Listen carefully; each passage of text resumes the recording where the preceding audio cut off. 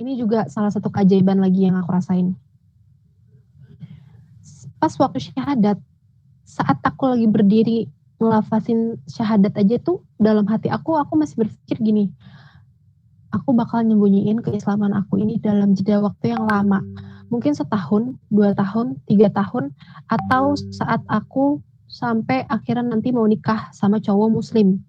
Jadi aku bisa pakai alasan aku mau nikah sama orang muslim, makanya aku harus muslim gitu. Jadi maksudnya kalau diserang, serangnya kan berdua gitu ya sama calon pasangan gitu. Cari aman, cari pembelaan, niatnya gitu. Karena bener-bener gak ada bayangan, bener-bener gak kebayang deh kalau harus ngaku ke orang tua tuh gimana. Ngomongnya gak kebayang, responnya juga gak kebayang. Wallahi, tiba-tiba cuman dalam jangka waktu 3 minggu setelah aku syahadat, Allah kasih aku keberanian untuk ngaku ke kedua orang tua aku bahwa aku udah muslim. Gak tahu kenapa kayak orang disambar geledek aja gitu, bangun-bangun kayak aku kayaknya ini udah saatnya deh untuk aku ngaku ke orang tua aku bahwa aku muslim gitu. Tiba-tiba aja gitu, nggak ada angin, nggak ada hujan, nggak ada habis nonton sinetron atau apa gitu, nggak ada, tiba-tiba keberani aja buat ngaku. Tapi tetap rasa takutnya nggak bisa diilangin, jadi aku bikin strategi. Aku ngaku ke mamah dulu nih, ngaku mamah dulu. Mama ngamuk kan tuh pasti jebret. Tapi pas mama udah reda, mama udah mulai terima, ya mungkin jeda waktu berapa lama, baru aku ngaku ke papa. Papa ngamuk nih, jebret. Jadi aku diserangnya tuh satu-satu gitu loh, nggak langsung 2 sekaligus. Niatnya gitu, rencananya gitu kan. Tapi gagal ya Bu. Gagal total, bener-bener. Aku lupa bahwa mereka suami istri. Jadi aku ngaku hari Jumat malam. Aku bilang ke mamaku, aku ajak ngobrol di kamar. Baru ngomong berapa patah kata, aku belum bilang aku tuh udah muslim gitu. Aku inget banget pertama kali aku bilang gini, aku sampai bikin skrip dulu buat ngomong. Saking aku bingung gitu, aku mau ngomong gimana, karena mau aku pakai bahasa sehalus apapun tetap salah, udah pasti salah gitu. Mau aku pakai bahasa sastra juga bakalan tetap salah gitu. Jadi aku bikin skrip dulu. Udah bikin skrip bagus-bagus, formal-formal. Di hari H ngeblank, gak ada yang kebaca. Karena rugi banget. Aku bener-bener setakut itu gitu ya. Walaupun Allah udah kasih keberanian untuk ngaku, tapi tetap aja rasa takutnya tuh bener-bener. Di situ aku bilang kayak, mah aku ngerasa nggak ada, kan kalau di Kristen bahasanya kasih ya. Aku ngerasa nggak ada kasih yang aku rasain di Kristen gitu. Aku ngerasa nggak ada ketenangan hati lah gitu itulah. Terus tiba-tiba Mbak bilang, terus kamu maunya apa? Terus aku coba belajar Islam mah, aku bilang gitu. Masih pelan-pelan tuh, masih halus, langsung ditembak. Terus jadi sekarang Tuhan kamu Muhammad. Lah, kok Muhammad? Enggak, ekspresinya enggak kayak gitu. Enggak sesantai itu, jujur. Lebih ekstrim dari itu. Karena mamaku di situ dari awal aku ngucapin satu kalimatnya, mamaku langsung mukanya merah, kayak orang mau ngamuk gitu loh. Kayak orang mau ngamuk, tapi kayak nahan nangis juga di saat yang sama. Jadi kan aku makin takut ya ngelihatnya.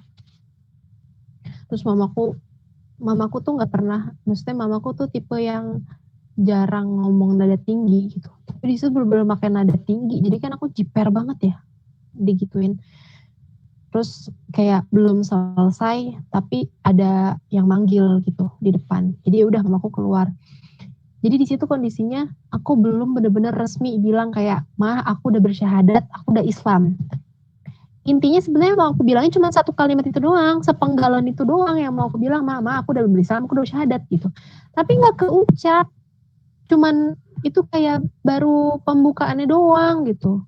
Baru pembukaannya, terus mamaku udah meledak, dia manggil, udah nggak jadi, si gagasan pokoknya belum keucap. Jadi aku di situ nyesek banget, kayak ya Allah udah tinggal sekata lagi gitu istilahnya, tapi malah belum keucap. Terus aku langsung keluar rumah, aku ke rumah teman aku yang rumahnya deket sama aku gitu. Terus aku nangis lah di situ. Aku bilang ke temen aku ini, terus aku nangis karena aku dari kecil tuh terkenalnya tomboy, jagoan, mandiri. Jadi dari kecil aku nggak terbiasa nangis depan orang tua aku gitu. Jadi kalau aku mau nangis biasanya aku emang keluar dari rumah. Aku ke temen aku itu terus aku nangis. Ternyata mamaku ngadu ke papaku. Rusakkan rencanaku jadinya. Berantakan strateginya. Gak jadi setelah 1 lawan 1. Terus aku pulangnya sengaja di malam-malamin. Kan mamaku gak bisa tidur malam ya. Jadi pas aku pulang mamaku udah tidur, aku tahu. Aku pulang, aku tidur. Aku lupa sih subuhannya kayak gimana itu kasusnya. Aku gak inget sama sekali. Itu kan hari Jumat kejadiannya. Hari Sabtunya siang, papaku kan bangunnya siang. Papaku bangun, terus aku dipanggil ke ruang tamu. Pintu ditutup. Aku didudukin, depan aku ada papa sama mama berdiri. Terus aku langsung kayak, aduh. Sidang meja kotak. Strategiku gagal. Aku harus ngadepin keduanya sekaligus. Jadi di situ akhirnya papaku nanya kayak, mama bilang kamu apa muslim gitu. Jadi sebenarnya kedua orang tua aku itu kontra sama Islam. Kedua orang tua aku itu fobia sama Islam. Tapi karena hal yang berbeda. Kalau mamaku kan karena dia Kristen taat. Jadi otomatis ya menurut dia Islam tuh sesat gitu kan.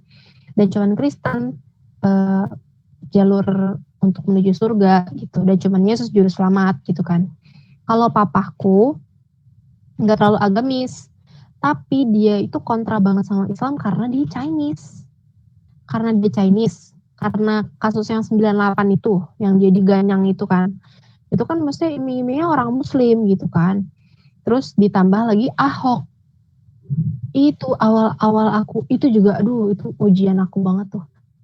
Itu awal-awal aku mualaf. Bapak Ahok bertingkah. Jadinya ramai lah di keluarga aku. Iya, Pak Ahok bertingkah yang dia salah sebut tuh loh, yang pasti surat Al-Maidah ya kalau nggak salah. Terus kan dia kayak dia dihakimi gitu kan sama orang-orang Islam gara-gara Al-Quran gitu-gitu. Sedangkan Ahok itu kan Chinese. Terus dia tuh termasuk sosok yang termasuk sosok yang berhasil menaikkan harga diri Chinese karena akhirnya ada tokoh pemerintahan yang dari suku Chinese gitu kan, sebenarnya kan jarang kan. Nah si Ahok ini kan Chinese banget, jadinya papaku pro banget deh tuh sama Ahok, sohib banget. Tiba-tiba dia digituin gitu gara-gara Al-Quran. Udah tuh papaku makin sensi lah. Jadinya papaku kontranya tuh itu gara-gara muslim. Jadi papaku bilang, kamu boleh beragama apapun, bahkan gak punya agama pun gak apa-apa. Yang penting jangan Islam. Aku ya gimana, udah terlanjur ngimaninnya Islam gitu. Tapi nggak gitu. Aslinya lebih menegangkan dari itu kok. Cuman aku udah gak bisa nge-recall tegangnya kayak gimana karena bener-bener menakutkan. Hari Sabtu aku di sidang, terus pas di akhir sidangnya aku bilang, besok mama panggilin pendeta, besok kamu ketemu deh sama pendeta. Terus aku kayak, mau diruqyah nih. Nggak sesantai itu guys. Pas dibilangin aku pendeta, aku masih fine-fine aja. Terus mama aku bilang, pendeta ini dulunya muslim. Pendeta ini udah selesai baca Al-Quran. Tapi sekarang dia pindah ke Kristen dan jadi pendeta. Wah, pas ngedenger gitu, aku baru kelimpungan. Karena kenapa kelimpungan? Karena kondisinya dia dulunya muslim, terus dia udah hatam Al-Quran, sedangkan aku kondisinya baru 2 hari muslim, baru bisa Fatihah, belum tahu artinya. Kalau misalnya si pendeta itu tiba-tiba khotbah terus ngasih tahu aku tentang kecacatan Al-Quran, apa nggak goyang iman aku? Sedangkan kondisinya saat itu aku udah mengimani Islam dan aku udah menjadikan Al-Quran sebagai pedoman hidup aku gitu. Jadi kalau misalnya dia nunjukin satu kecacatan aja dalam Islam, wah aku udah gak tahu deh tuh. Respon aku kayak gimana gitu. Tapi kalau misalnya dia pakai Alkitab, mau itu Alkitab dia baca dari duduk berdiri sampai kayang juga aku nggak bakal ngedengerin karena udah bukan Alkitab yang jadi pedoman hidup aku gitu. Aku paniknya ya karena itu dibilanginnya pendeta itu dulunya Muslim, udah selesai sama Al-Quran, besok kamu ketemu dia kayak gimana nih gitu. Aku Al-Fatihah aja nggak tahu artinya gitu. Ini lagi disuruh ngadepin orang yang udah khatam Al-Quran gitu, aku takut kan.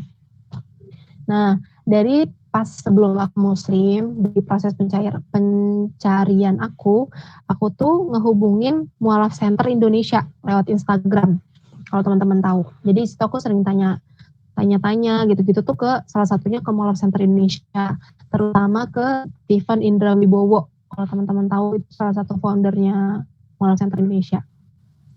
Dan alhamdulillahnya Coach Stephen nih, alhamdulillah Coach Stephen nih termasuk yang responnya baik banget, suportif banget, jadi benar-benar ngebantuin aku banget. Terus pas kasusnya aku mau dipanggilin pendeta itu, aku bilang ke dia, aku chat lah, aku bilang kok aku udah ngaku ke mama papa, tapi besok kamu mau dipanggil sama pendeta. Yang bikin aku takut, pendetanya ini dulunya Muslim, terus katanya dia udah hatam Al-Quran gitu. Kalau dia sampai ngkhotbahin kecacatan Al-Quran, aku gimana ya, aku bilang gitu kan. Nah, Coach Stephen waktu itu mau ngirimin orang perwakilan dari MCI. Fungsinya apa? Biar seimbang kondisinya. Kan dia kan pendetanya murtadin. Nah, Coach Stephen ngirim mualaf yang dulunya Kristen, terus sekarang jadi paham Al-Quran gitu. Supaya seimbang kondisinya. Kalau aku kan ya anak baru 2 hari, sholat juga masih ngintip gitu kan di sini. Ini lagi disuruh ngadepin orang yang mungkin udah lang-lang buana kemana-mana gitu kan. Jadi Coach Stephen mau ngirimin orang buat ngebantuin aku ngomong, bukan untuk berantem, bukan untuk ngebelain, tapi hanya untuk meluruskan kalau misalnya si pendeta ini ada omongan-omongan yang salah tentang Al-Quran gitu. Kayak misalnya dia ngasih tahu apa tentang Al-Quran, nanti si orang dari MCI ini yang bakal ngelurusin itu. Karena kalau aku kan nggak ada ilmunya sama sekali ya, belum tahu menau. Aku galau tuh di situ kayak mau sih, tapi kayaknya bakalan heboh gitu. Kalau sampai orang MCI beneran datang gitu. Maksudnya heboh itu kan rencananya si pendetanya itu aku bakal ketemu sama pendeta itu. Aku belum tahu nih mau ketemunya di mana. Aku mikir kan itu Sabtu, diketemunya hari Minggu. Aku pikir aku mau dibawa ke gereja terus bakal dimasukin ke ruang konseling, ada namanya kayak ruangan guru BK gitu deh, ruangan konseling. Aku pikir aku mau dibawa ke situ. Aku mikir kalau misalnya emang mau dipanggil ya ke gereja, aku nggak usah pakai orang gitu. Bismillah. Tapi aku berani ngadepin itu sendiri. Tapi syaratnya di dalam ruangan itu cuma boleh ada aku sama pendeta itu doang. Nggak boleh ada orang tua aku sama sekali. Kenapa? Karena kayak ini sosokan jagoannya aku doang sih ya. Karena aku kayak percaya Allah yang udah ngasih hidayah, nggak mungkin lah Allah nggak ngebelain aku gitu kan intinya. Aku mikirnya ya udah kalau emang aku harus ngadepin pendeta itu sendiri, Bismillah aku berani. Tapi aku cuma mau berdua pendeta ini, biar kalau debat ya udah debat berdua deh lu gitu. Lu debat deh, gimana rasanya nih, rasain hidayah, gimana cara nolaknya gitu. Tapi aku nggak mau ada mama papa aku di sampingnya, karena kalau misalnya ada mama papa aku di sampingnya, aku nggak akan berani ngedebat pendeta itu gitu. Karena pendeta itu kan kondisinya bawaannya orang tua aku kan. Kalau aku ngedebat pendeta itu sama aja aku nyakitin kedua orang tua aku gitu. Makanya aku bilang kalau emang mau itu yaudah ayo berdua deh dalam ruangan, jangan ajak siapa-siapa. Teriak-teriakan ayo deh, teriak-teriakan gitu istilah kasarnya. Ternyata pendetanya dipanggil ke rumah. Jadinya kan, gimana ya, masa diajak ke kamar kan nggak mungkin banget ya. Jadi terus kayak apa harus ngajak orang MCI aja ya, nggak apa-apa terima aja ya gitu tawarannya Coach Stephen. Tapi aku takut kalau orang MCI-nya datang terus ada cekcok, tetangga pada tahu gitu. Aku nggak mau deh. Istilah aku mikir, aku ngerasa itu tuh masih jadi aib keluarga gitu. Dan kalau sampai tetangga tahu, orang tua aku tuh bakal lebih abis perasaannya gitu kan. akunya sih mungkin nggak terlalu gimana-gimana ya, tapi kedua orang tua aku nih yang bakalan jadi bulan-bulanan tetangga kan. Terus jadi ya udahlah aku mutusin Bismillah nggak usah pakai MCI, aku hadepin sendiri, Bismillah gitu. Karena ya dengan niat aku mau jaga perasaan kedua orang tua aku. Terus hari H datang, ternyata pendetanya ini sepasang suami istri, dua-duanya murtad. Kan aku, aduh, komplit banget, 2 orang gitu yang datengin. Terus ya udahlah, akhirnya mereka datang, yang datang 3 orang, 2 orang pendetanya itu, yang satunya orang lagi tuh kayak istilahnya tuh apa ya, kayak DKM masjid lah. Kalau ini tuh si satunya lagi tuh pembimbing gereja, penggembala sebutannya kalau dalam Kristen tuh. Penggembala, sampai susah. Ya kayak lah. Terus si bukan sapi domba. Baik. Terus di situ tuh apa? Aku kan kayak Bismillah aku kuat-kuatin diri aku. Aku nggak berhenti istighfar, aku nggak berhenti, aku belajar Asmaul Husna kan. Terus aku nemuin satu sifat yang ya al-bait yang maha melapangkan. Tuh aku baca, aku sebut-sebut dalam hati ya bait, maksudnya kayak mohon dilapangin gitu ya. Terus kayak la haula wala quwata illa billah. Terus aku diajarin juga doa ketetapan hati yang ya muqallibul qulub sabit qalbi ala dinik, itu aku ulangin terus karena benar-benar setakut itu. Aku benar-benar takut keimanan aku digoyahkan gara-gara Al-Quran itu kan. Tapi aku nggak mau kelihatan takut, aku nggak mau kelihatan payah gitu, karena kondisinya di pundak aku udah ada Islam gitu. Aku udah di wajah aku bawa wajah Islam gitu. Jadi aku nggak boleh nunjukin aku takut gitu kan. Jadi pas abis asar, aku ingat abis asar, pendetanya datang, aku sambut di pintu, aku salaman kan kalau gereja shalom gitu, terus salam jabat tangan gitu ya. Kalau di kita kayak salim gitu ya, assalamualaikum terus salim. Kalau di Kristen shalom terus jabat tangan gitu ya. Aku jabat tangan, aku samperin duluan, dia bilang shalom tapi jelas aku nggak jawab lah ya. Shalom terus aku jabat tangannya kenceng-kenceng, kayak ceritanya kayak duel gitu kan. Duet biar dia jiper duluan gitu kan. Aku jabat tangannya terus kayak masuk silakan gitu. Biar kayak tuan rumah yang ramah aja gitu, nggak ada salah. Padahal aku tersangka di situ. Dari abis asar dia nyerocos sampai jam 9. Aku sampai nggak bisa sholat maghrib.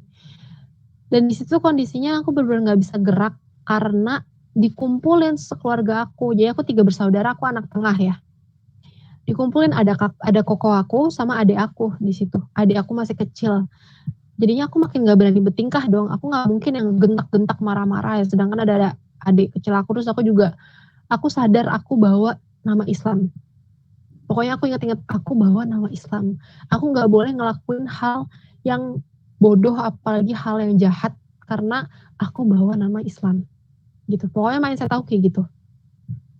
Terus satu hal yang pengen aku tanyain ke pendeta ini cuman, apa alasan kamu keluar dari Islam gitu.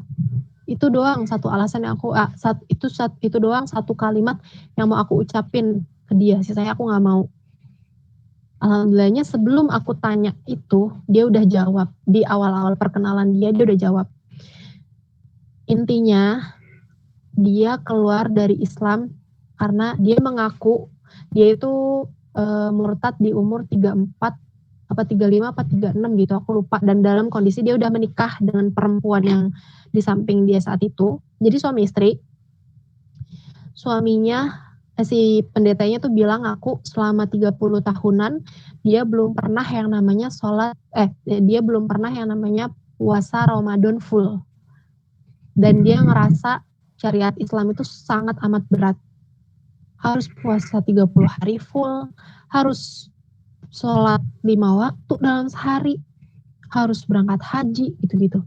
Sedangkan di dalam Kristen cukup kamu percaya dengan Yesus maka kamu akan selamat. Pas dia tahu hal itu, murtadlah dia. Gak lama istrinya nyusul, jadinya sepasang.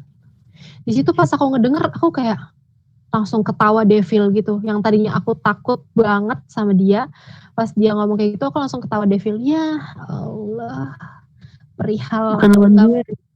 iya kayak ya Allah, kayak gini mau ngomongin Al-Quran, puasa aja gak bisa. Aku bilang gitu istilahnya dalam hati. Sholat 5 waktu aja agak bisa, maksudnya berat menurut dia.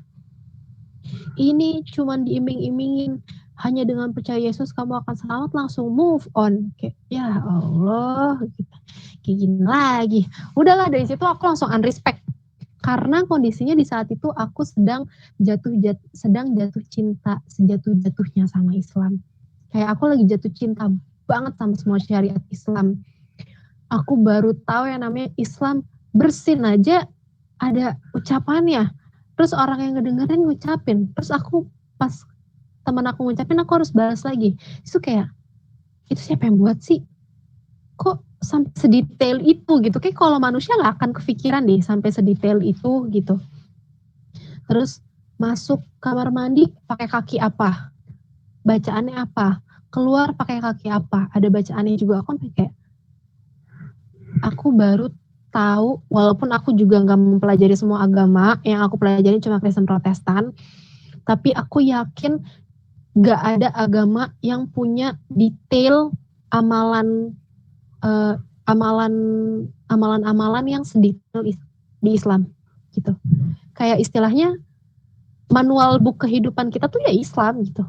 Semua hal dari bangun tidur, dari melek bangun tidur sampai mau tidur lagi tuh semua ada runtutannya, ada tata caranya, ada doanya, ada cara baiknya kayak gimana dan sebagainya. Islam diatur dan kayaknya cuma Islam yang punya itu. Jadi Islam sama dengan manual book kehidupan aku gitu. Jadi kan setelah aku lagi jatuh cintanya tiba-tiba ada orang pendeta ngomong dia pindah cuma gara-gara nggak kuat menjalani syariat. Ya udah aku langsung unrespect dong di situ.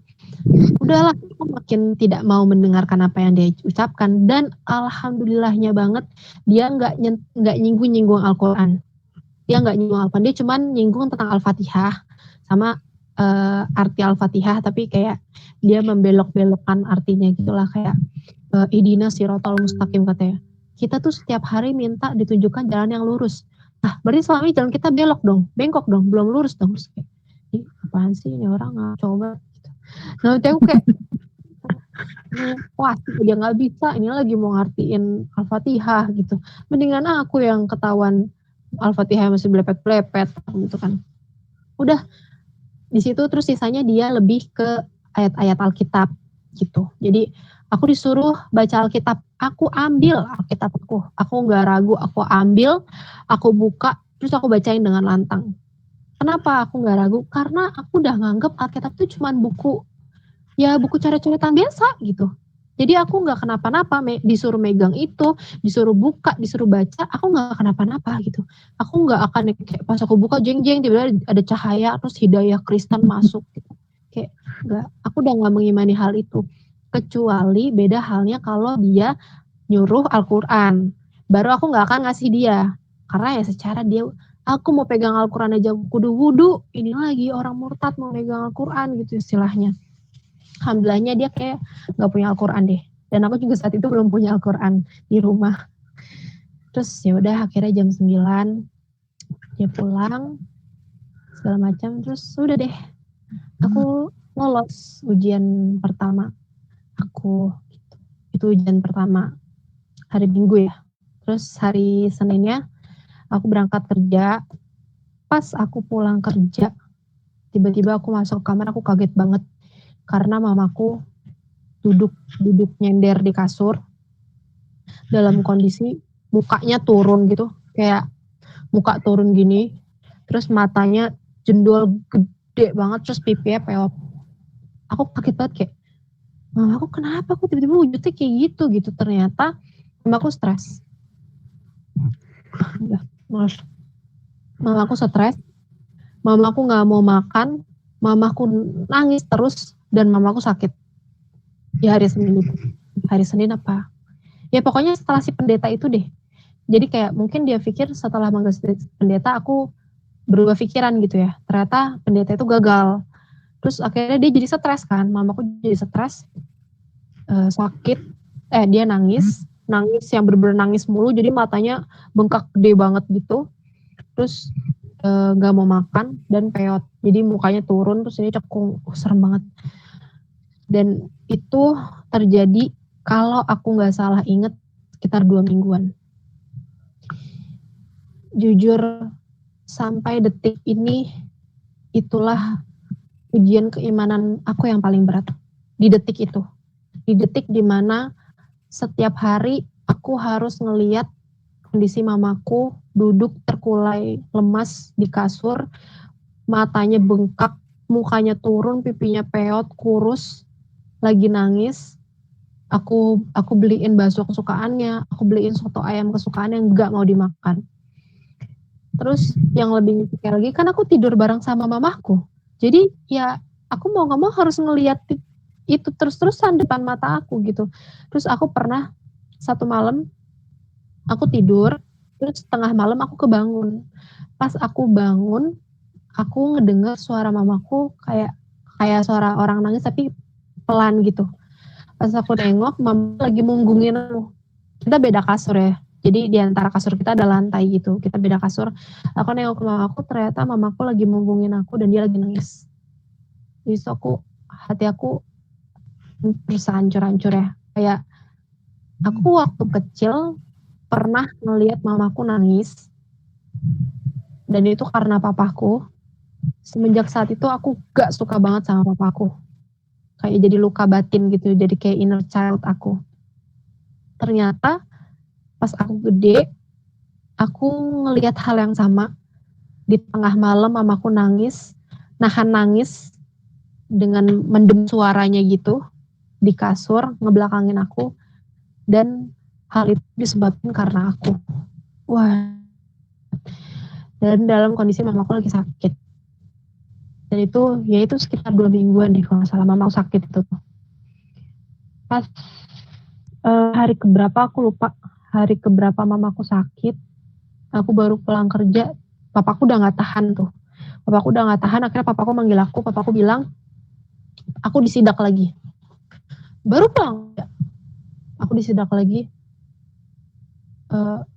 Kamu sayang gak sih sama mama kamu? Tiba-tiba aku digentak gitu. Kamu sayang gak sih sama mama kamu gitu? Kayak, hah? Istilahnya aku baru masuk pintu rumah aja, aku udah ngembang. Buat ngadepin hari dan masuk ke kamar aja, aku udah lemes. Tiba-tiba aku baru masuk rumah, di kursi, digentak kayak gitu sama papaku. Kamu sayang gak sih sama mama kamu? Terus papa bilang, udahlah gitu. Ikutin aja apa yang mama kamu minta gitu. Gak usah yang aneh-aneh. Gitu. Beragama ya udah aja yang mama kamu mau lakuin gitu. Sama yang mama kamu suruh gitu. Aku nggak tahu itu kenapa aku bisa ngejawab. Jadi aku ngomong gini. Di situ aku antara nahan marah, nahan sedih, nahan sakit juga digituin gitu ya. Karena kondisi hubungan aku sama papaku tuh nggak baik. Dari kecil tuh nggak baik, nggak deket, dan papa mamaku tuh udah pisah kamar. Makanya papaku tidur sendiri, mamaku tidur di kamar aku sama adik aku. Tuh teman-teman. Cuman kan kalau dalam Kristen nggak boleh ada perceraian. Makanya mereka masih bertahan satu atap. Tapi mereka nggak baik-baik aja. Makanya aku juga nggak deket sama papaku gitu istilahnya. Terus papaku bilang kayak gitu. Terus aku bilang, seandainya kalau mama minta apapun yang ada di dunia, mama minta aku jadi dokter, mama minta aku jadi guru, mama minta aku jadi apapun yang di dunia, aku bakal turutin lakukan itu. Aku bakal usahain semampu aku. Tapi kalau untuk agama, aku nggak bisa, aku bilang gitu. Aku ngomong itu sambil aku nunjuk-nunjuk kursi, karena itu kondisi aku kayak nahan emosi, nahan sakit, rasa sakit di hati, tapi itu aku udah nangis. Jadi aku ngejawab itu sambil nangis. Dan itu jujur aku kaget kenapa aku bisa ngejawab kayak gitu, karena kayak aku kan anaknya selengean ya. Selengean, konyol, terus susah ngomong yang bener gitu. Tiba-tiba aku bisa ngejawab bisa ngutarain isi hati aku dengan kalimat sesingkat itu. Aku kayak wah begitu, kayak Allah nih yang gerakin bibir aku nggak mungkin tuh dapat kosakata sedalam itu gitu kan, menurut aku itu dalam gitu. Terus papaku langsung diem pas aku gituin. Terus aku sempet aku curhat sama teman aku, terus teman aku ngeceritain tentang kisah sahabat siapa Mbak Fit yang semenjak masuk Islam ibunya nggak mau makan terus sakit itu. Bin Abi Waqqas. Saat bin Abi Waqqas ya. Ya itu. Aku diceritain kisah sahabat itu. Terus aku langsung, nah itu tuh kondisinya di tengah-tengah minggu, di antara 2 minggu itu. Jadi di tengah-tengah 2 minggu itu aku kayak udah mau nyerah. Itu bener-bener detik-detik dimana kayak ya kayak aku udah gak sanggup deh. Karena aku takut banget mamaku meninggal. Mamaku udah kurus. Emang aslinya kurus gitu. Emang aslinya kurus, tapi mamaku gak mau makan. Terus nangis mulu, seharian tuh nangis mulu, gak mau makan, nangis, sakit, gitu-gitu. Jadi kan aku takut kenapa-napa. Terus wujudnya tuh kayak tiba-tiba mendadak kayak nenek-nenek gitu loh, kayak tua gitu pokoknya, karena stres juga ya. Aku kayak udah di titik kayak ya Allah kayaknya udahan aja deh gitu, kayaknya aku nyerah nih, untuk kali ini aku udah gak kuat gitu, karena kondisinya ini sosok yang aku paling cinta di dunia udah kayak istilahnya udah mau ngeregang nyawa nih gara-gara aku gitu. Makanya kayak aku nyerah deh, aku nggak bisa deh kayaknya kayak gini, kayak ini udah berjalan berapa hari nih dan nggak ada perbaikan sama sekali gitu. Kayaknya udah nggak bisa gitu. Kan aku waktu itu cerita juga ke Ko Steven bilang beliin makanan kesukaan mama, ajak mama ngobrol, hibur, aku udah lakuin semuanya. Aku tabrak gengsi aku, kan kondisinya aku masih gengsi dong ya, namanya abis dipanggil pendeta, abis cekcok apa segala macam kan, maksudnya kalau mau ngikutin gengsi ya aku nggak bakal mau ngapa-ngapain gitu ya. Tapi karena dibilangin sama Coach Steven kayak gitu, adab itu orang tua wajah Islam, ya udah bismillah, aku lawan gengsi aku beliin makanan kesukaannya, nggak dimakan aku beliin lagi, setiap hari aku teleponin sebelum pulang kerja, mah mau dibeliin makanan apa gitu, nggak pernah ada, maksudnya responnya nggak baik gitu.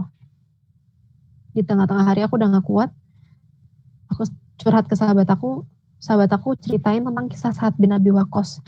Itu kayak aku auto ke charge gitu, kayak yang tadinya aku udah letih, lesu, lemas, udah mau jatuh, keseret-seret gitu istilahnya, tiba-tiba pas ngedenger itu tuh aku kayak dikasih tenaga gitu, kayak hah ternyata pernah ada yang ngalamin kayak aku gitu. Dan berakhir mamahnya ngalah, mamahnya mau makan gitu, akhirnya ibunya mau makan dan ibunya sehat dan anaknya tetap istiqomah dalam Islam.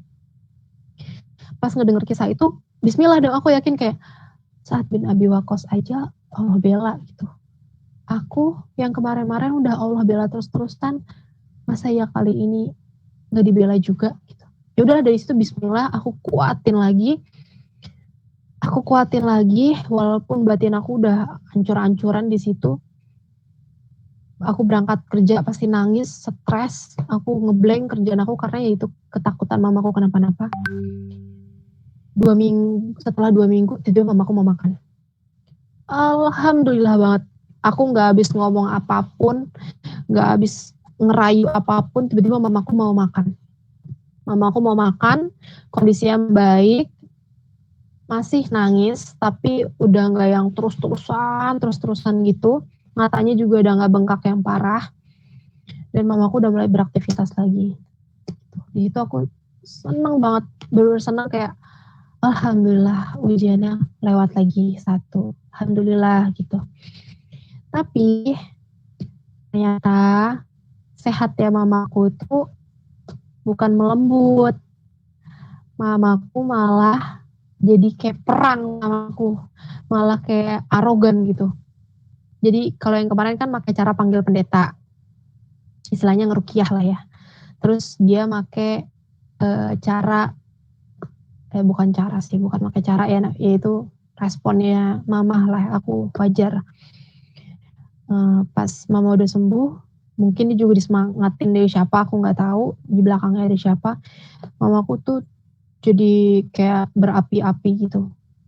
Dia nyetel lagu gereja kencang-kencang seharian, bener-bener lagu gereja disetelin. Secara aku kan bekas penyanyi gereja juga ya, lidahnya kan jadi latah ya, kayak ngedenger lagu gereja ikutan nyanyi lah. Mamaku kan seneng banget itu ngelihatnya. Terus kan aku kayak astagfirullah, apaan sih kita kok nyanyi kayak gini gitu. Terus disetelin lagu gereja lah kenceng-kenceng. Apa namanya, malam-malam aku didoain lah. Kalau di Islam kan kayak kita ngedoain temen ya, kita doa gitu dikirimin. Kalau di Kristen tuh kayak kita ngedoain orang tuh kita tumpang tangan gitu loh ke dia, kayak kita ngasih tangan kita ke kepalanya atau ke arah dia lah kayak gitu. Nah aku tuh digituin malam-malam pas aku lagi tidur. Aku sempat kebangun terus pas aku itu kayak, lagi didoain lagi nih. Ya udahlah aku tidur lagi gitu. Cuman ada rasa takut gitu karena aku tahu doanya, the power of doa ibu gitu. Jadi kan aku agak takut juga ya. Tapi kayak nggak apa-apa lah, kan mamaku doa ke Tuhan. Tapi kan Tuhannya Allah. Allah juga tahu lah gitu. Mamaku terus makin gencer ngajakin aku gereja. Tiba-tiba saudara aku, jadi aku punya Pak D. Pak D-nya ini pendeta gitulah, kayak penggiat gereja juga. Tiba-tiba nyamperin aku ke rumah, ngajakin ngobrol apa segala macam. Pokoknya mamaku mulai deh tuh usaha penyerangan dari kanan kiri gitu-gitu. Aku nggak bisa sholat di rumah, jadi setiap azan aku harus keluar rumah buat sholat subuh gitu. Buat sholat maghrib, sholat isya gitu-gitu. Ya pokoknya kayak gitu, sampai ada titik dimana aku ngerasa capek banget. Aku ngerasa capek banget untuk berada di rumah gitu. Sampai aku kayak, ya Allah bisa gak sih aku diusir aja gitu. Kayaknya aku lebih baik diusir deh daripada di rumah. Aku gak kuat. Karena kayak 2 atau 3 hari sekali ada sidang. Ada aja yang dibahas. Pokoknya ada aja yang dibahas. Dan Coach Stephen tuh bilang ke aku, apapun yang dilakuin sama orang tua kita, respon apapun yang dilakuin ke orang tua kita gak boleh ngebales. Kita gak boleh ngebales gentak, marah, apalagi sampai kekerasan. Karena itu respon alamiahnya orang tua yang kecewa sama anaknya. Gitu. Jadi aku gak boleh marah. Diajarin sama Coach Stephen gitu. Hargain orang tua kamu. Kalau ditanya jawab. Tapi gak usah ngedebat, apalagi sampai ngeceramahin. Kecuali orang tua kamu udah membahayakan nyawa kamu. Kayak misalnya orang tua aku udah bobo golok, atau bobo pisau, atau udah main fisik, baru aku boleh kabur. Bukan boleh ngelawan ya, tapi aku boleh kabur. Kalau selama itu masih nggak membahayakan nyawa aku nggak boleh kabur. Karena keberadaan aku di rumah, itulah cara dakwah aku. Gitu. Ya udah, berat banget yang diomongin sama Coach Stephen itu. Jadi aku kan anaknya emosional juga sebenarnya, terutama sama papaku, karena aku ada inner child itu sama papaku. Jadi kalau lagi disidak, aku nggak boleh marah, nggak boleh emosi, cuman boleh diem doang. Ada satu momen aku sempet, jadi di keluarga aku tuh punya adat istiadat, nggak boleh ngomong kasar. Ngomong bodoh aja tuh udah kasar banget di keluarga aku. Ada satu hari mamaku mungkin kayak lagi stres-stresnya ya, atau lagi marah gitu sama aku, lagi keinget apa atau ngebayangin apa, mungkin aku nggak tahu. Mamaku tiba-tiba banting pintu kamar, berdiri depan aku lagi duduk di meja komputer. Mamaku berdiri depan aku, terus dia maki-maki aku. Maki-maki aku masih nggak apa-apa, maki-maki aku. Tiba-tiba dia maki-maki Nabi Muhammad, dia maki-maki Islam, dia maki-maki orang-orang Islam, dan dia maki-maki teman-teman aku. Jadi kayak mamaku udah kalang kabut gitu loh. Jadi semuanya tuh disalahin, semuanya dicaci maki. Di situ aku kayak, ya itu balik ke tema, aku lagi jatuh cinta sejatuh-jatuhnya sama Islam, tapi depan mataku ada ibu aku tercinta mencaci maki agama aku dan aku nggak bisa ngapa-ngapain. Aku nggak bisa ngebelain agama aku karena percuma, sama aja kayak aku lagi menceramahin mamaku gitu. Orang mamaku lagi marah terus aku ceramahin, habis lah aku yang ada. Jadi diem doang, aku nahan amarah, aku gemet, badan aku tremor gara-gara aku nahan amarah. Aku nahan marah, aku gemeteran, bener-bener gemeter sampai ke kursi aku gemeter. Aku nggak kuat, aku nangis. Padahal ya itu dari kecil aku jarang banget yang namanya nangis depan orang tua aku. Di situ aku nangis, aku pecahin karena aku nggak kuat buat ngelampiasin, aku pecahin, aku nangis. Tapi itu nggak ngebuat mamaku melemah atau ngelembut atau luluh, enggak, tetep aja digas sama dia. Dah aku sampai anteng dengan sendirinya, aku nangis yang sesuka sampai gitu, sampai sampai nangis hebat gitu loh.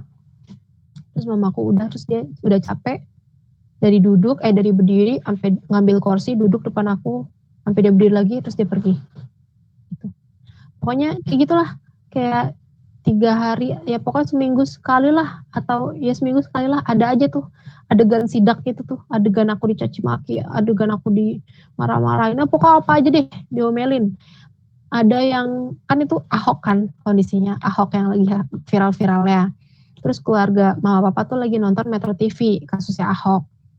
Aku baru keluar kamar, kan aku enak ya, maksudnya aku kesel gitu ngelihat Ahok, terus ngedenger perbincangan mama papaku kayak, apaan sih lebay banget orang cuma ngomongin gitu-gitu, kan aku nggak suka gitu ngelihatnya. Aku baru keluar kamar, ceritanya keluar kamar, aku ngeliat mama papaku lagi nonton Metro TV Ahok, terus aku langsung tutup lagi, aku masuk ke kamar lagi. Ternyata itu jadi masalah. Disidak lagi aku sama mamaku. Apa Islam tuh apa semua diharamin, Metro TV haram gitu. Udah, ya gimana siaran TV diharamin sih gitu. Aku nggak mau nonton karena aku nggak suka sama kontennya, daripada bikin aku emosi mendingan aku nggak usah nonton gitu kan. Tapi mamaku sensi sama itu, jadi bergerak-gerik aku tuh semuanya disangkut pautin sama Islam, sedangkan aku harus bertahan di rumah itu gitu. Aku nggak boleh kabur, aku nggak bisa main terlalu sering, aku nggak bisa pulang malam juga, aku susah juga nginep-nginep karena ya itu aku bawa nama Islam gitu. Sedangkan di sisi lain aku gini, aku kalau pulang kerja, kalau aku nggak capek, aku pulang kerja jam 4 sore. Terus aku keliling, aku ke masjid, aku cari masjid, udah aku berdiam di masjid sampai selesai Isya. Kadang sampai jam 9. Bener-bener diam aja sendirian, sholat, terus udah sendirian ngobrol ngobrol sama Allah, curhat, nangis gitu-gitu, kayak ya Allah capek gitu. Sampai jam 9. Terus pulang-pulang aku udah capek, tinggal tidur deh di rumah gitu. Karena bener-bener aku di luar rumah itu adalah saat ternyaman aku. Aku dalam rumah tuh kayak istilahnya aku berasa aku lagi jihad gitu ya, wallahualam ya, aku nggak tahu rasanya jihad. Cuman aku rasa kayak, kayak lagi di medan perang di rumah tuh. Jadi kayak aku di rumah benar-benar meminimalisir waktu aku. Kalau bisa aku cuman pulang, tidur, berangkat kerja lagi, pulang tidur gitu. Kalau lagi weekend, aku ngadepin weekend tuh, udah kayak stres nih aku gitu. Apalagi kalau udah ngadepin pokoknya udah masuk bulan November, itu aku udah kalang kabut. Kenapa kalang kabut? Karena Desember ada Natal. Setiap Natal itu ada perkumpulan keluarga besarnya mama gitu. Dan itu ya keluarga besar mama gitu. Di Januarinya, antara Januari atau Februari ada Imlek. Dan di Imlek itu ada wajib pertemuan keluarganya papa. Ya Allah. Jadi pokoknya setiap di akhir tahun tuh aku udah kayak, ya Allah boleh gak sih di skip aja gitu. Padahal sebelum bermuslim, aku tuh paling seneng masuk ke bulan Desember karena nyilat aku di bulan Desember. Iya, Terus udah Natal. Enggak. Berkurang umur aku, Mbak. Terus di Desember aku dapat kado Natal. di Januarinya aku dapat duit Imlek. Itu pemahaman aku sebelum muslim. Setelah muslim kayak, ya Allah aku rela, gak apa-apa di skip deh 2 bulan itu, gak usah ada, gak apa-apa aku rela gitu. Saya bener-bener ini gitulah kayak perang gitu. Masya Allah, mohon maaf lahir batin, ternyata udah jam 10 lewat. Mbak Fitri ngasih aku waktu cuma 1 jam. Nggak apa-apa. 2 jam. Gitu Aduh, teman-teman. Ya pokoknya begitulah cerita singkatnya. Itu singkat loh. Iya. Karena banyak yang aku potong-potong. I know. Pokoknya terlepas dari semua yang aku ceritain itu, sampai aku masih ada di sini, kalau izinin untuk sharing sama teman-teman semua, masih istiqomah di dalam Islam, benar-benar pure bukan karena kehebatan aku karena bertahan, pure bukan karena kekuatan aku sampai bisa istiqomah melalui semua ujian-ujian yang menurut aku berat banget, itu bukan. Itu benar-benar karena pure, karena Allah yang nguatin, karena ini skenario terindah yang aku gak pernah bayangin sedari aku kecil, bahwa jalan hidup aku akan seperti ini gitu. Jadi tema yang jatuh cinta sejatuh-jatuhnya itu, yaitu definisi aku orang yang habis tersesat, terus ketemu sama satu syariat yang benar-benar manual book of life yang buat aku berhasil jatuh cinta sejatuh cintanya. Iya, aku nitip juga, aku mohon doanya untuk istiqomahan aku sampai akhir, dan juga ridhoannya, doanya untuk hidayah. Allah kasih hidayah untuk kedua orang tuaku dan dimatikan dalam kondisi muslim. Amin ya rabbal alamin. Makasih Kak sharing pada malam hari ini. Masya Allah ya, perjuangannya itu sangat menginspirasi. Di sini ada teman-teman yang mau bertanya.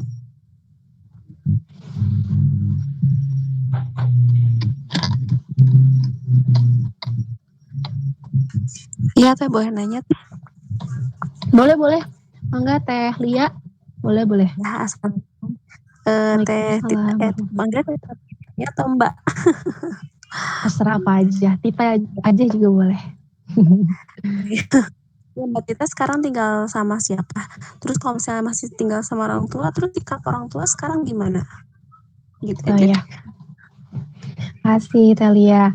Jadi alhamdulillah sampai hari ini aku masih tinggal sama orang tua aku. Aku ini lagi malam ini aku lagi nginep di rumah koko aku yang kebetulan lagi kosong. Makanya aku sengaja kesini supaya aku bisa sharing malam ini dan pakai hijab open cam gitu. Kalau aku di rumah kan aku nggak bisa open cam dan ngomongnya harus bisik-bisik gitu. Jadi aku masih di rumah, masih sama orang tua, masih tinggal di Cikarang. Tapi alhamdulillahnya karena udah mau nyaris 3 tahun ya, udah 2,5 tahun lebih, udah mau 3 tahun. Jadi alhamdulillahnya perlahan-lahan orang tua aku udah mulai terima. Aku udah bisa sholat di rumah, aku udah diizinin untuk sholat di rumah. Oh ya, ini cerita singkat lagi ya, nggak apa-apa ya? Sebentar banget nih. 5 menit. Jadi ini salah satu hadiah terbesar yang aku terima dari Allah. Jadi aku tuh pengen banget yang namanya punya mihrab. Jadi aku pengen banget punya satu kotak tempat kecil aja di rumah aku, space kosong yang benar-benar khusus untuk sholat doang gitu. Kayak musola kecil lah ya, musola pribadi gitu. Mihrab. Aku pengen banget punya mihrab. Tapi aku sadar aku di rumah buat nyimpan buku Iqra aja setengah mati gitu. Ini lagi pengen punya mihrab. Terus kayak aku mikirnya, insya Allah nanti aku punya mihrab pas udah nikah di rumah suami, aku bisa dibikinin mihrab. Amin gitu. Dibikinin mihrab gitu. Benar-benar udah angan aku gitu doang. Pas corona 2019. 2020. 2020 bulan puasa. Ya namanya orang lagi jatuh cinta sejatuh-jatuh cintanya sama Islam ya. Ini insya Allah doain semoga istiqomah ya sampai akhir nanti. Jadi aku selalu mengusahakan untuk setiap malamnya taraweh. Karena ketika bulan Ramadan, jadi aku rela nggak ikut bukber atau bukber kelar bukber aku langsung ngacil pergi. Yang penting aku bisa taraweh. Karena aku rasa ya ini salah satu keutamaan di bulan Ramadan gitu, dan cuma ada di bulan Ramadan. Terus istilahnya lagi bucin-bucinnya sama Islam, aku bakal ngelakuin apa aja gitu. Yang penting syariat Islam bisa aku usahakan gitu. Pas lagi kan taraweh di musola di masjid ya, bareng-bareng. Pas 2020 COVID, aku sedih banget.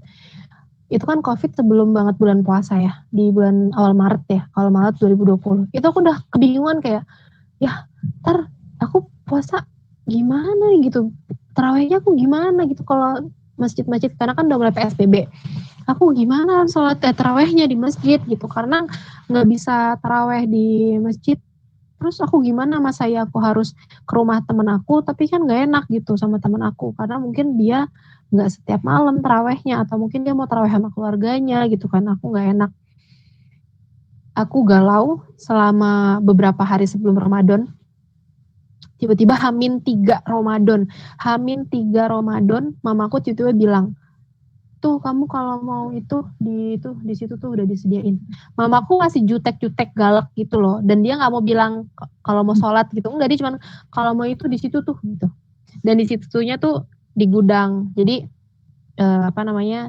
dapur aku tuh ini kamar mandi, ini dapur, terus di sini ada gudang gitu. Nah gudangnya ini tuh ada space lantainya dikit gitu, ada space lantai kosong. Jadi ini rak gudang, terus ini ada lantai kosong lurus gitu. Nah, mamaku ngasih aku tempat untuk sholat di situ. Jadi mamaku, entah mama entah papa aku nggak tahu. Jadi dikasih tirai, kan si gudangnya kebuka gitu ya. Jadi nyambung sama dapur. Ditutup pakai tirai warna hijau gitu. Jadi dikasih tali, dikasih tirai, terus ada lampunya, lampu di atas tempat sholat itu, terus dipasangin kipas angin juga, biar aku nggak kepanasan. Ya Allah, disitu aku langsung aku pakai mihrabnya, aku langsung sujud, aku nangis kayak ya Allah gitu, kok bisa ya gitu, kok bisa kayak gini ya gitu, ini aku mimpi nggak sih gitu. Mama papaku yang caci maki aku seminggu 2 kali tiba-tiba ngasih aku mihrab, dan ngasih mihrabnya bukan kayak yang, ya walaupun mungkin kalau orang ngelihat bakal kasihan ngelihatnya, karena kalau dibilang layak ya enggak gitu, karena itu di gudang gitu, dan di lantainya gudang, sampingnya tuh rak-rak barang-barang yang berdebu gitu. Tapi dan itu di dapur gelap juga. Tapi itu tuh hal yang spesial banget buat aku, karena ini mihrab. Pertama itu mihrab, hal yang aku impikan banget. Kedua, itu dibuatin sama kedua orang tua aku di rumah, di tempat aku dibesarkan. Itu kayak bener-bener aku kayak mimpi deh, kayak mimpi. Itu setiap aku sholat di mihrab itu aku pasti nangis. Iya, hadiah Ramadan. Itu aku sholat di situ aku nangis. Aku taraweh di situ, ini bukan maksudnya ria ya, mohon maaf lahir batin. Aku taraweh di situ bisa sampai jam 10, jam 11, karena aku nangis, kebanyakan nangisnya kayak, ya Allah nikmat banget ya rasanya. Aku nggak diganggu. Karena sebelumnya aku sholat wajib di dalam kamar aja tuh digedor-gedor. Aku harus ngebatalin sekali 2 kali. Terus kalau udah aku batal 2 kali, aku langsung pindah ke masjid. Aku cuman sholat zuhur 4 rakaat doang aja tuh susah tamatnya dalam kamar. Karena aku sholat di dalam kamar, aku kunci pintu kamarnya biar gak ada yang masuk. Aku baru nyampe rakaat berapa, kamar aku digedor-gedor gak berhenti. Akhirnya aku batalin, aku langsung sembunyiin, terus aku keluar dulu. Aku tunggu kamar udah sepi, baru aku langsung tutup, aku langsung kunci, aku sholat lagi. Digedor lagi, batal lagi, baru aku lari ke masjid buat sholat. Istilahnya aku sholat wajib aja susah gitu. Ini aku sholat taraweh berjam-jam khusyuk, gak digedor, gak diganggu, aku gak deg-degan ada yang ngeburu-buru mau pakai tempat. Itu bener-bener kayak, ya Allah gitu. Tapi qadarullah, Di awal 2021 kemarin rumah aku diterjang banjir 2 meter. Jadi mihrab Allah. aku tuh Hancur. hancur. Hancur. Terus si mihrabnya itu dijadiin, jadi kayak barang-barang yang di bawah yang ditaruh di lantai pada dinaik-naikin kan ke gudang, terus kayak meja ditumpuk-tumpuk gitu karena takut kena banjir lagi. Jadinya si mihrab itu dipakai buat naruh barang-barang gitulah intinya. Jadinya aku nggak punya mihrab, di rumah udah nggak ada mihrab lagi. Tapi Allah kasih hadiah lagi. Mama ngebolehin aku, bukan mama, papa. Ya mama apa papa ya waktu itu. Aku lupa, antara dua itu ngizinin aku sholat di ruang tamu. Emang sih space-nya kecil gitu dan kayak aku harus nyari-nyari celah gitu. Oh, satu lagi keistimewaan si mihrab gudang aku itu. Bener-bener gudangnya, gudang nih. Ini gudang, terus ini rak, terus ini ada lantainya kecil gitu. Lantainya itu cuman ya paling seukuran sajadah deh, kayak seukuran sajadah, dan posisinya lurus persis ke arah kiblat. Masya Allah gak? Coba bayangin kalau kiblatnya nyerong, kan aku gak bisa pakai mihrab itu gitu. Repot Iya bun. bener-bener. Iya, tiba-tiba nyerong gitu kan. Aku gak bisa pakai mihrabnya. Pun aku yakin mama papaku gak ngerti yang namanya kiblat-kiblatan gitu kan. Tapi alhamdulillah Allah baik banget nyediain mihrab itu dengan kondisi pas banget, bener-bener pas arah kiblat. Terus ya gara-gara mihrab itu hancur, aku diizinin sholat di ruang tamu. Nah, kalau sholat subuh di ruang tamu, jadi waktu itu pernah sholat subuh di ruang tamu, terus tiba-tiba papaku kan udah agak tua, jadi kayak suka tiba-tiba kebangun ke toilet, buang air kecil bolak-balik gitu kan. Aku lagi sholat subuh tiba-tiba keluar dari kamar, aku panik dong, kayak panik lah. Astaga. Tuh aku panik banget tuh. Tapi kayak udah gak apa-apa. Karena itu kondisinya udah sholat subuh wajib bukan sunnahnya. Jadi kan aku nggak mau batalin gitu. Ternyata papaku diem aja. Udah dari situ aku dengan pedenya nggak yang vulgar banget sih, nggak yang sholat zuhur di tengah-tengah situ lagi pada nonton, ya nggak gitu juga gitu. Cuman maksudnya di situ aku meyakini bahwa papaku udah nggak apa-apa kayaknya ngelihat aku sholat di depan mata dia gitu. Setidaknya itu tuh udah benar-benar sebuah kelegaan banget buat aku gitu. Jadi sampai sekarang kalau ditanya sekarang kondisinya gimana, alhamdulillah udah enak banget. Bulan Ramadan tahun ini aku udah bisa masak pas sahur.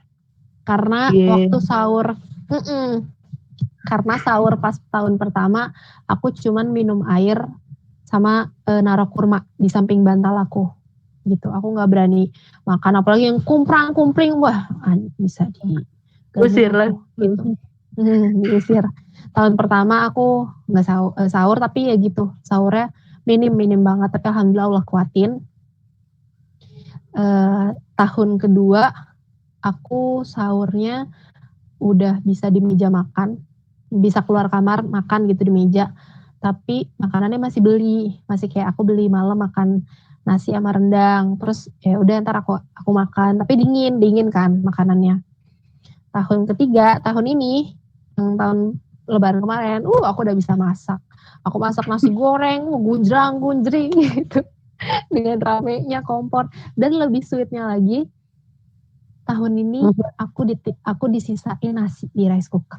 Aku seneng banget. Wallahi aku seneng banget. Karena tahun pertama boro-boro disisain makanan, yang ada aku gak dibeliin makanan sama sekali. Mau hari-hari biasa juga mereka kayak cuman beli makan ya buat 4 porsi doang, aku gak dihitung gitu. Tahun kedua aku gak disisain nasi gitu, karena kan memang kalau di rumahku kayak kalau bisa nasi habis gitu malam-malam biar besok pagi masak lagi gitu kan, gak nginep. Tahun ketiga aku lagi di meja makan malam-malam lagi main handphone doang, papaku mau ngambil nasi, terus papaku bilang, sisa segini ini buat kamu aja deh nanti. Aku nge-freeze kayak, apa gimana gitu, kayak coba maksudnya iya kayak coba diulang, aku mau rekam. Papaku mungkin mau ngambil nasi gitu ya buat makan masak nasi goreng malam-malam, tapi dia tahu aku mau sahur, jadi lebih baik nasinya itu nggak usah dia makan buat aku makan sahur, nanti sahur. Wah Allah, itu aku pengen sujud syukur rasanya. Benar-benar sesenang itu. Kadang-kadang disisain makanan, disisain kayak lauk gitu malam-malamnya, biar pagi-paginya aku udah ada lauk buat makan sahur gitu. Padahal aku juga udah bisa masak. Maksudnya aku udah berani, kan kalau nyalain kompor kan cetek gitu kan, bunyi ya, rame itu ya. Makanya aku nggak Iya. berani sebelum kalau tahun ini aku udah berani. Terus pas buka puasa tuh aku udah nyiapin apa-apa. Terus tahun ini mamaku ngebeliin aku takjil. Ini Ya Allah. sombong gak tuh. Terus langsung aku dibeliin. Iya, aku dibeliin kolak. Dibeliin kolak. Bilangnya segini, tuh mau beliin kolak gitu. Tuh bilangnya apa sih, aku lupa deh. Jutek-jutek gitu sih, tetap, tapi ya nggak apa-apa, yang penting dibeliin ya kan. Tuh mau beliin kolak gitu. Ih, aku langsung senyengir kayak, cie, udah dibeli, udah bisa beli takjil nih. Tahun depan buka pasar nih. Amin Allahumma amin. Gitu, jadi ya pokoknya banyak hadiah yang udah Allah kasih buat aku sampai hari ini tuh, banyak banget. Cuman ini, aku masih belum bisa berhijab depan orang tua aku. Tuh satu kekurangannya sampai saat ini. Tapi kalau ibadah aku udah bisa. Cuman kayak kalau baca Al-Quran aku masih belum bisa. Maksudnya aku belum bisa baca Al-Quran gak ngunci pintu gitu loh. Karena aku pernah waktu itu, aku kelar sholat, terus aku kan udah ngunci pintu kamar ya. Karena udah dibolehin kan. Aku gak ngunci kamar, terus aku habis sholat asar, aku baca Quran tuh. Papaku ngeliat. Terus pas udah selesai itu, dijadiin masalah. Karena di mata dia, orang-orang Islam yang lain aja kayaknya pada nggak baca Al-Quran gitu. Ngapain lu baca Al-Quran? Terus kayak kalau mau Islam yang biasa aja deh, nggak usah yang radikal, nggak usah yang gimana-gimana gitu. Jadi dia maunya tuh aku Islam kayak ya selayaknya orang Islam biasa aja, kayak kalau orang Islam nggak pakai kerudung ya udah, kan nggak usah pakai kerudung gitu. Orang Islam nggak baca Al-Quran ya, maksudnya jarang, mungkin papaku jarang gitu ngeliat, jadi kayak ya udah nggak usah baca Al-Quran. Kalau baca Al-Quran kayak aneh deh, Islam apaan tuh gitu. Itu sih. Tapi sejauh itu selebihnya udah alhamdulillah banget gitu teman-teman. Insyaallah. Masyaallah. Inspiratif. Tapi sehari-hari Mas udah berjilbab gitu, udah berhijab, sehari-hari ke kantor, keluar gitu, udah diizinin? Aku selain sebenarnya kayaknya mama papaku udah kalau papaku aku nggak tahu. Kalau mamaku, aku yakin mamaku udah tahu kalau aku tuh di luar berhijab. Karena jadi tadinya aku naro jilbab aku tuh di satu box gitu, kayak kotak kado. Kan zaman-zaman SMA suka dikasih kado yang pakai kotak kado gitu ya, yang pita-pita lope-lope gitu kan. Nah, aku nyimpen kerudung aku tuh, aku lipat kecil-kecil, aku masukin ke situ, terus aku tendet-tendetin sama box-box yang lain. Jadi kan saru tuh, nggak kelihatan. Nah, pelan-pelan, aku kan ya pelan-pelan proses, aku pindahin tuh jilbabnya dikit-dikit ke lemari. Sedangkan di lemari itu tuh sering kebuka. Jadi mamaku pasti sering, dan itu jilbabnya aku taruh di paling atas, paling depan. Jadi kalau buka lemari itu pasti langsung kelihatan tuh jilbab jejir gitu. Jadi kayaknya sih mamahku udah tahu kalau aku berhijab. Tapi kalau berangkat dari rumah sama pulang dari rumah aku belum pernah pakai hijab gitu. Jadi aku kalau dari rumah tuh aku selalu pakai jaket, tapi jaketnya aku kuplukin, terus di sininya aku petitiin, aku pakein pentul gitu. Dan itu aku lakuin setiap hari. Aku mau keluar, aku pulang ke rumah pun pasti dalam kondisi gitu. Dan teman-teman aku tuh udah pada hafal kalau teman-teman deket aku gitu. Kayak aku misalnya mau ke mall nih, tapi naik motor sama teman-teman aku dan janjiannya di mall. Ya udah, nanti aku nyampe ke mall tuh dalam kondisi lagi kuplukan gitu. Terus aku kucuk-kucuk ke WC, baru aku buka hijab. Terus abis dari mall selesai makan, mau pulang ke rumah, aku ke toilet lagi, aku gak copot hijabnya, aku pakai jaket lagi aku pentulin, terus aku pulang gitu. Itu setiap hari sampai saat ini. Tadi aku berangkat ke sini juga dari rumah gitu, pakai jaket dikuplukin terus dipentulin gitu. Tuh, mamaku juga lihat sih aku setiap hari pakai jaket dikuplukin gitu, aku yakin mamaku udah lihat, cuman mungkin kalau di depan matanya dia ngeliat perubahan anaknya yang total pakai jilbab kan pasti kan berubah banget ya, yang namanya pakai jilbab memang enggak. Aku Iya. takutnya dia masih mama belum kuat gitu. Jadi aku masih, selama mamaku belum minta atau belum kode-kode, aku nggak akan ngelakuin itu. Pelan-pelan, insya Allah. Insya Allah. Yang penting udah bisa sahur masak. Asik. Udah Sombong bisa banget. cekrek. Cekrek, Kompornya koncreng. kompornya belum touch ya Bun, jadi masih bunyi Belum. itu. Mohon maaf ya, belum. Gitu kali ya. Teh Lia. Masya Allah, semoga istiqomah Mbak Tita. Amin, Iya, amin, makasih, Teh. Allahumma amin. Doain ya teman-teman. Insya Allah. Paling doa. Semoga istiqomah. Amin, insya Allah. Gitu. Ada lagi yang mau nanya. Ini biasanya selesai jam berapa sharingnya? Udah 22:27 by the way. Mohon maaf lahir batin ya. Kita bersama di sebelah ya sampai pagi. Mungkin satu pertanyaan lagi Pak, yang mau nanya. Boleh. Ada yang mau nanya?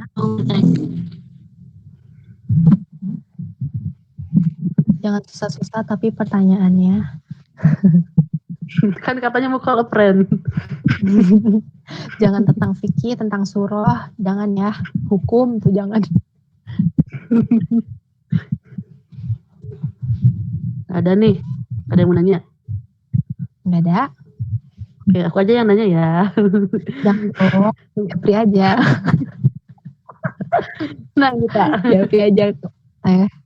ini aja coba dong ceritain struggle-nya Tita belajar Iqra. Gak apa-apa, singkat aja. Cerita Kalau lagi mau nih. panjang juga. Oh ya udah. Belajar Iqra. Aku belajarnya itu ini. Jadi waktu kalau nggak salah November 2018, sebulan setelah aku syahadat, teman aku tuh ngasih tahu di tetangga dia tuh ada TPA. Ada TPA buat anak kecil buat belajar Iqra gitu. Terus aku mau dong, mau gitu. Terus aku pulang kerja, itu alhamdulillah Allah maha baik, jam mulai TPA-nya itu persis sama jam pulang kerja kantor aku. Jadi kantor aku pulang jam 4. TPA mulainya jam 4 setiap hari weekdays ya. Jadi Senin sampai Jumat, Sabtu Minggu libur. Jadi pas tuh waktunya aku pulang kerja ke TPA, terus selesai TPA, aku maghriban deh di masjid sampai Isya baru pulang ke rumah. Itu pokoknya enak deh. Pokoknya aku ngerasa Allah ngasih aku hidayah dan Allah juga nggak lepas tangan dari hidayahnya. Karena Allah tahu nih, Allah udah kasih hidayah, aku kosong. Allah benar-benar menuhin semua fasilitas buat aku belajar. Dari Iqra, kajian lah, kenalan sama Ina itu, link kajian sana sini. Banyak banget berdatangan, benar-benar Allah maha baik. Nah, ada cerita lucu nih di TPA itu. Jadi aku kan, aku punya gamis, cuman kan susah gitu pakainya pas ke TPA karena kan aku baru pulang kerja. Terus kalau aku pakai gamis, aku harus ganti gamis dulu. Terus abis selesai TPA, aku pulang ke rumah harus aku copot dulu gamisnya kan ribet. Jadinya aku nggak pakai gamis. Aku pakai seragam kerja. Seragam kerja aku tuh kemeja lengan panjang sama celana panjang gitu. Hari pertama aku datang ke TPA, pas aku masuk, wow, isinya anak TK semua, bener-bener anak kecil sama orang tuanya berjejer gitu nungguin, megangin tasnya sama beberapa kelompok kayak ini kelompok PAUD, ini kelompok apa gitu kan. Pas aku datang, anak kecilnya pada heboh, kayak guru baru gitu. Sedangkan kondisinya di TPA itu tuh semuanya pada bergamis, pada pakai bergo, pokoknya cantik-cantik deh gitu. Pada pakaiannya pakaiannya baik gitu, dalam kondisi baik. Aku lepek, baru pulang kerja masih pakai seragam sekolah, pakai celana pula gitu. Yang lain anak kecilnya aja udah pada pakai gamis gitu. Malu tuh, tapi kayak ya udahlah, bismillah, nggak apa-apa gitu. Harus dilawan malunya biar bisa belajar gitu kan. Terus anak kecilnya pas datang, ye guru baru gitu. Terus aku guru baru sih. Aku duduk. Terus aku ngeluarin ikro. Ikro 1. Terus anak-anaknya ngedrop dong kayak. Wah, aku nggak tahu sih apa pemikiran mereka, tapi aku kayak mikirnya, hah, guru barunya kok ikut belajar dari ikro 1 lagi. Jadi mereka mikir aku guru ikro gitu. Padahal aku murid. Aku adik kelas mereka malahan gitu. Di kelas. Terus iya, di kelas mereka. Udah kerucil banget gitu. Terus aku belajar ikro 1, 2, 3, 4 sampai ikro 4 aku masih lancar lah. Sombong banget. Bukan lancar sih, masih susah, tapi enggak yang banget. Susah banget tuh pas masuk ikro 5 sama 6 karena udah panjang banget. Iya benar. Kayak kayak misalnya aku baca nih Miniatur Al-Quran. Kayak alhamdulillahirabbil alamin. Aku baru terus buat aku kan aku bacanya harus lancar kan, maksudnya harus alhamdulillahirabbil alamin. Itu tuh aku enggak alhamdulillah gitu, kepotong-potong karena kan aku mikir setelahnya aku baca apa ditambah lagi. Aku bingung karena huruf hijaiyah kan aku hafalnya ba tuh gini, ha tuh kayak gini.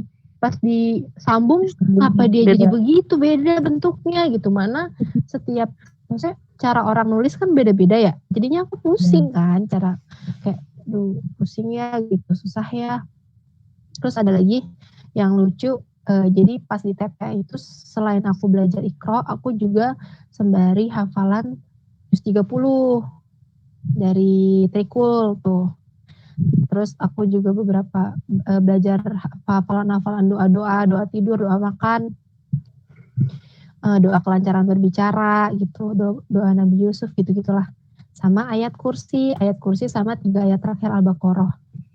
Aku ingat banget waktu itu aku lagi ngafalin ayat kursi. Tapi aku ngafalinnya sambil baca. Jadi aku ngebaca dulu nih satu ayat sampai selesai, sampai 5 kali, baru aku hafalin sepotong gitu kan. Terus waktu itu guru ngaji aku tuh lagi tiba-tiba lagi kenapa gitu, pokoknya pergi sebentar dari meja tempat aku belajar. Terus aku lagi baca ayat kursi itu, tiba-tiba anak-anak yang lain ngerumunin aku, yang namanya gak ada guru ya, kelas bebas, jadi langsung pada ngerumunin aku gitu kan, kayak ngedeketin terus ngeliat gitu. Terus aku kayak ngerasa terintimidasi gitu, terus aku baca. Terus aku bilang, aku lagi hafalan ayat kursi gitu. Iya coba gitu, aku baca. Ya namanya orang lagi belajar ya. Terus kan ayat kursi panjang banget, aku pusing gitu. Kalau aku salah baca nih, misalnya kayak Allahu la ilaha illallah, terus ilahnya aku bacanya ika gitu, bukan la tapi ka, ika, itu langsung diteriakin sama anak-anak TPA-nya tuh bareng-bareng. Terus kan bentuknya lagi ngerumun bulat gitu kayak la, oh iya la. Jadi bener-bener pressure banget Syai gitu. Jadi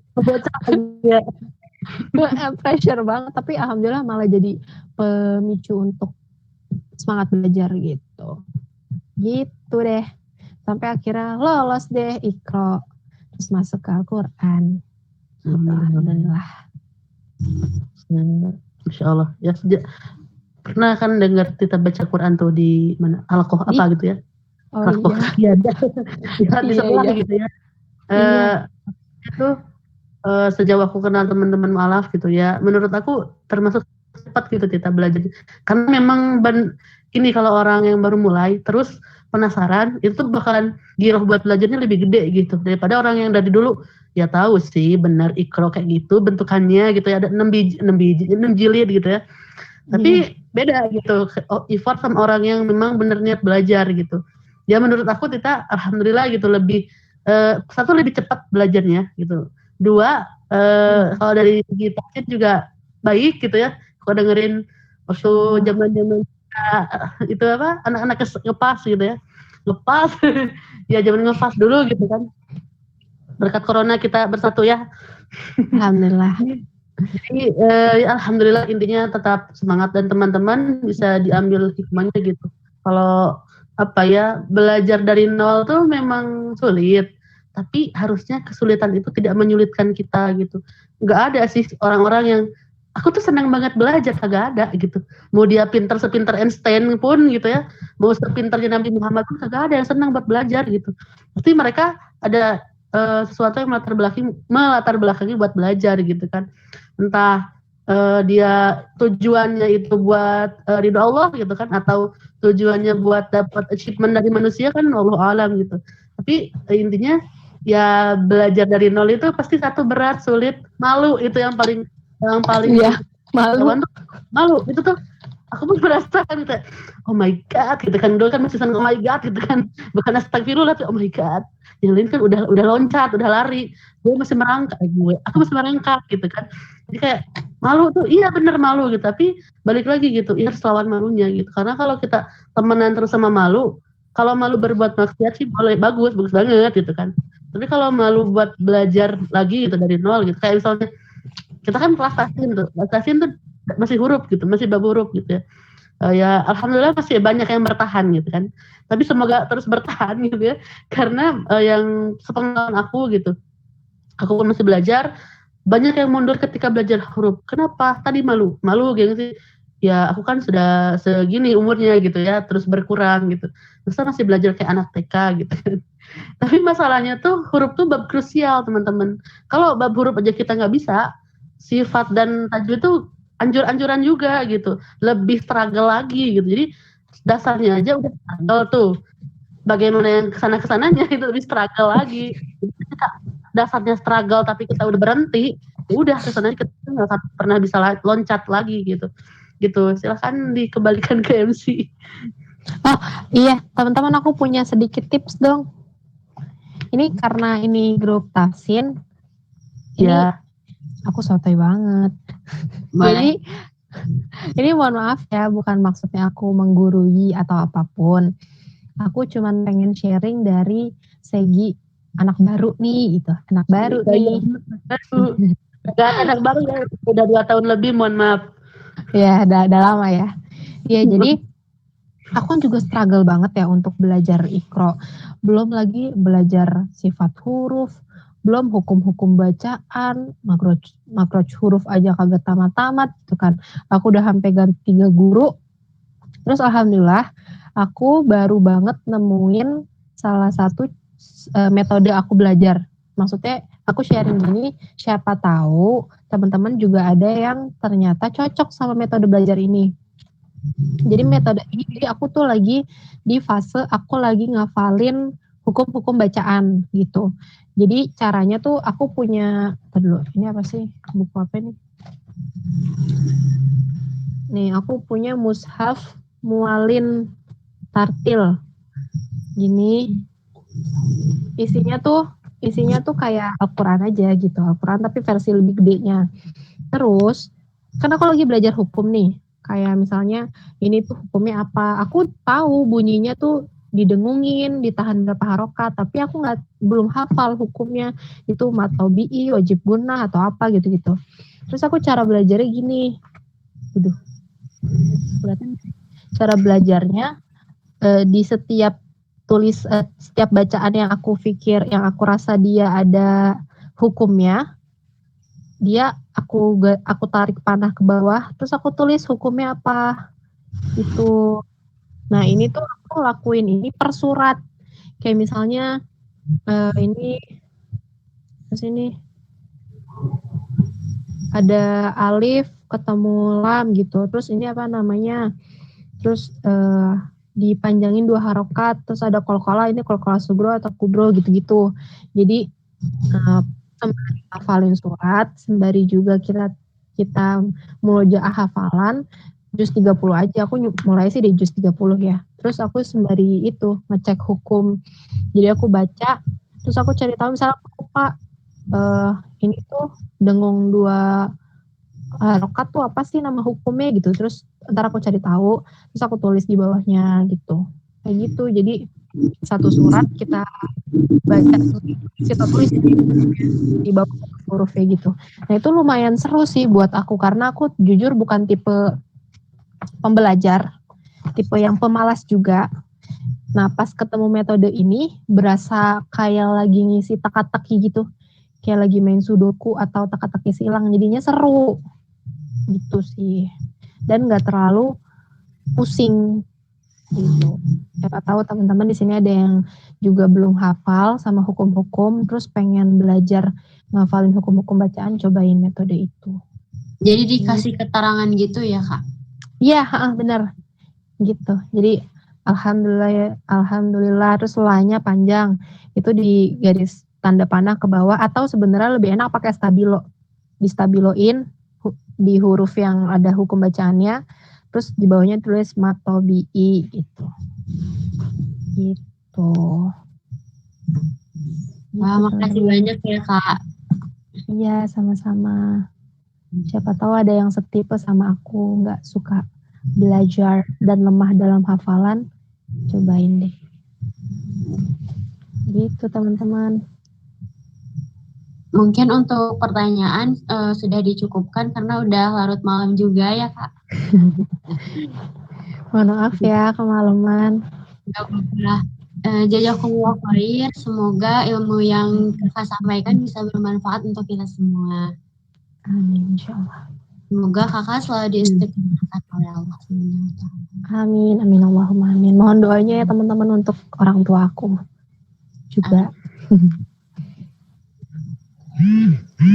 Untuk selanjutnya kita foto bersama dulu ya Kak. Boleh. Boleh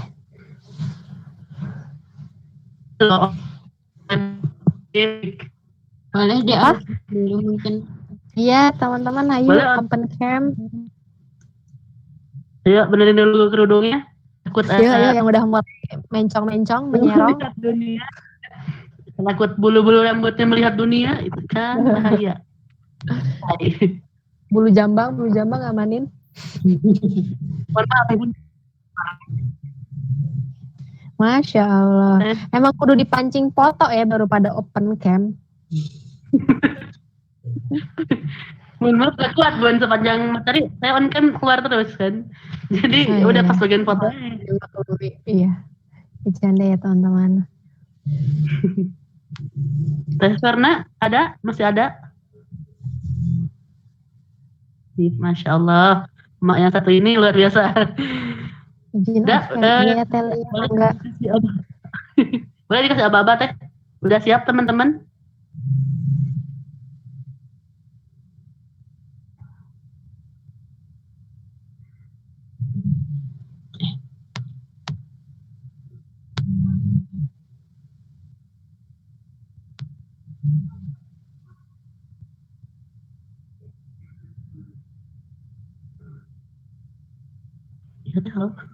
Sudah teh?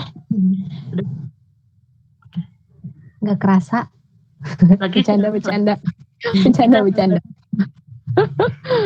Subuh nih bisa-bisa. Iya sip, mantap. Kasih ya Tita, semoga terus istiqomah. Kita semua pun berharap sama gitu ya. Kayak ayat tadi pertama yang dibaca sama Teh Ani. Iya itu Masya Allah. Tadi mau nangis dengernya. Itu ya, apa sih? sengaja kepilih surat itu. Biar nyambung gitu. Insyaallah ya, semua berharap mati dalam keadaan Islam gitu ya. Tidak ada hal yang paling baik selain wafat dalam keadaan Islam. Semoga ya Allah teguhkan kita di jalan kebenaran dan menjadi bagian pelurus yang masih bengkok, kita intinya menjadi bagian membenarkan sesuatu gitu. Meskipun bukan kita yang merubah, tapi minimal wasilnya dari kita, insyaallah. Silakan dikembalikan lagi ke MC.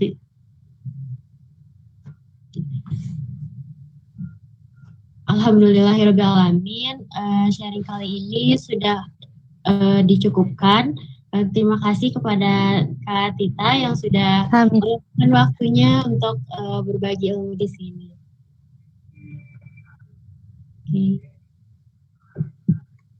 Selanjutnya sebelum diakhiri, marilah kita berdoa dulu yang akan dipimpin oleh Teh Fitri. Oke teman-teman, kita tundukkan hati kita, rendahkan hati kita serendah-rendahnya di hadapan Allah. A'udzubillahi minasyaitonirrajim. Bismillahirrahmanirrahim. Alhamdulillahirabbil alamin, arrahmanirrahim, maliki yaumiddin. Allah, hari ini kita ada di majelis konsultasi yang semoga apa-apa yang sudah kita lakukan menjadi kebaikan untuk kita semua, menjadi ladang kebermanfaatan kita juga, dan menjadi kebaikan kita dunia dan akhirat. Maafkan kami yang masih jauh dari kata baik, yang lebih sering lalai daripada taat. Semoga kami tetap kukuh dalam taat, tetap istiqomah dalam kebaikan. Ampunkan lisan kami yang masih jauh dari kata baik, ampunkan lisan kami yang lebih banyak menyakiti daripada membahagiakan orang lain. Semoga kita semua bersama dalam kebaikan, dan Allah Ta'ala selalu menjaga kita dalam kebermanfaatan. Allahumma sholli ala Muhammad wa ala Muhammad. Semoga Allah Ta'ala kumpulkan kita juga dengan Nabi Muhammad SAW, menjadikan kita sebenar dan sebaik-baiknya umat. Kelak kita benar-benar dicari oleh Nabi. Semoga Allah Ta'ala mengizinkan kita untuk berkumpul dan bersitatap tidak hanya dengan Nabi Allah Muhammad, tapi juga dengan Allah Ta'ala. Astaghfirullahaladzim. Semoga atas apa yang hari ini kita lakukan, kesalahan, kefatalan, kefuturan, semoga Allah ampunkan, dan besok semoga kita Allah izinkan untuk terus bermanfaat. Astaghfirullahaladzim, astaghfirullahaladzim, astaghfirullahaladzim. Subhanakallahumma bihamdika asyhadu an la ilaha illa anta astaghfiruka wa atubu ilaik. Semoga Allah izinkan kita mengambil banyak manfaat. Semoga Allah Ta'ala tetap menjadikan kita kebaikan, dan dari kitalah semua orang bergerak bersama-sama menjadi pejuang Islam, jihad yang sebenar-benarnya. Amin Allahumma amin. Astaghfirullahaladzim, astaghfirullahaladzim, astaghfirullahaladzim, astaghfirullahaladzim. Silakan MC. Amin ya rabbal alamin. Terakhir saya selaku moderator mohon undur diri. Mohon maaf bila ada kata atau kalimat yang kurang berkenan. Mohon maaf ya teman-teman semua. Akhirul kalam. Wassalamualaikum warahmatullahi wabarakatuh. Waalaikumsalam warahmatullahi wabarakatuh. Jazakumullah khair teman-teman semuanya. Mohon maaf lahir batin kalau ada kata-kata. Tetap semangat semuanya. Istiqomah bareng-bareng. Amin. Terima kasih MC, love you. Terima kasih teman-teman semua. Aku mohon pamit ya. Semuanya mohon maaf kalau kemalaman. Wassalamualaikum warahmatullahi wabarakatuh.